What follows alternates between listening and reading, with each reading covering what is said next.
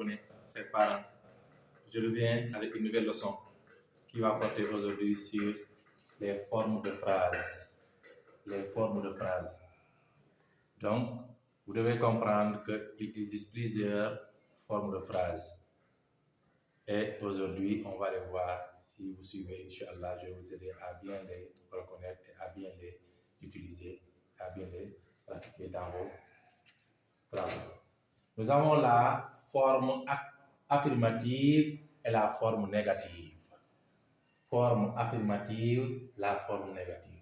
Regardez cette phrase. Je dis Rama vend des fruits. Rama vend des fruits. Ici, je suis en train d'affirmer quelque chose. Cette phrase est à la forme affirmative. Je pose par exemple la question, est-ce que Rama vend des fruits?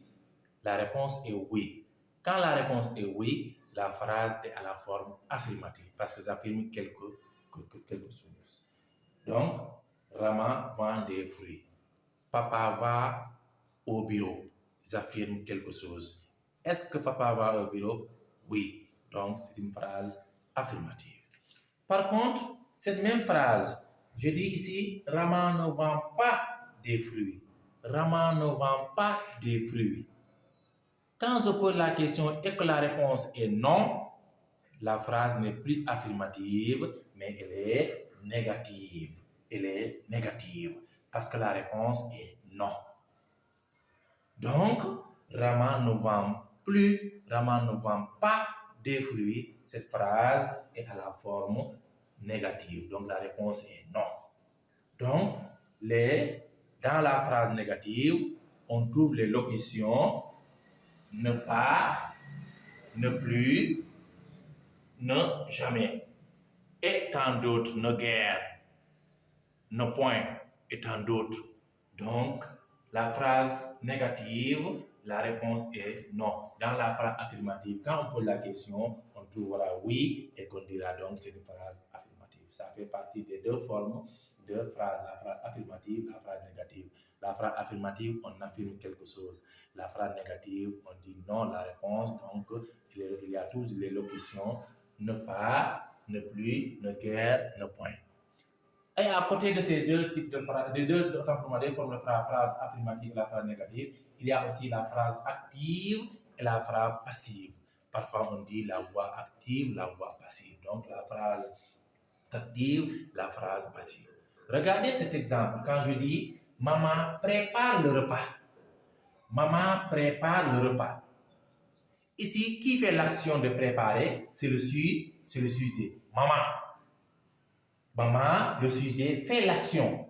Donc, cette phrase est à la forme active.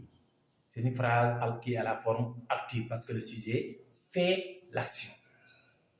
Quand le sujet fait l'action, la phrase est à la forme active. Par contre, cette même phrase, je la transforme. Je dis le repas est préparé par maman. Le repas est préparé par maman. Dans la première phrase, c'est maman qui a préparé. Ici, on a dit le repas est préparé par maman. Maman qui était notre sujet ici, il n'est plus sujet ici. Il est un complément d'agent. Il est complément d'agent. Il n'est plus sujet de cette phrase. Le complément qu'on avait ici, le repas devient sujet. Donc, maman est complément d'agent.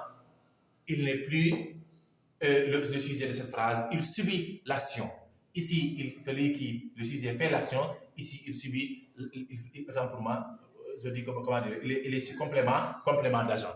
Il n'est plus sujet, il ne fait plus l'action. Ici, il est complément d'agent. Parce que c'est le repas qui devient notre sujet. Et regardez ici, quand on lui dit maman prépare, le verbe est au présent. Quand la phrase passe à la forme passive, on n'a plus le présent, on a un passé composé. Et le temps peut changer aussi par rapport au temps de la première phrase. Ça peut être un plus que parfait, ça peut être un.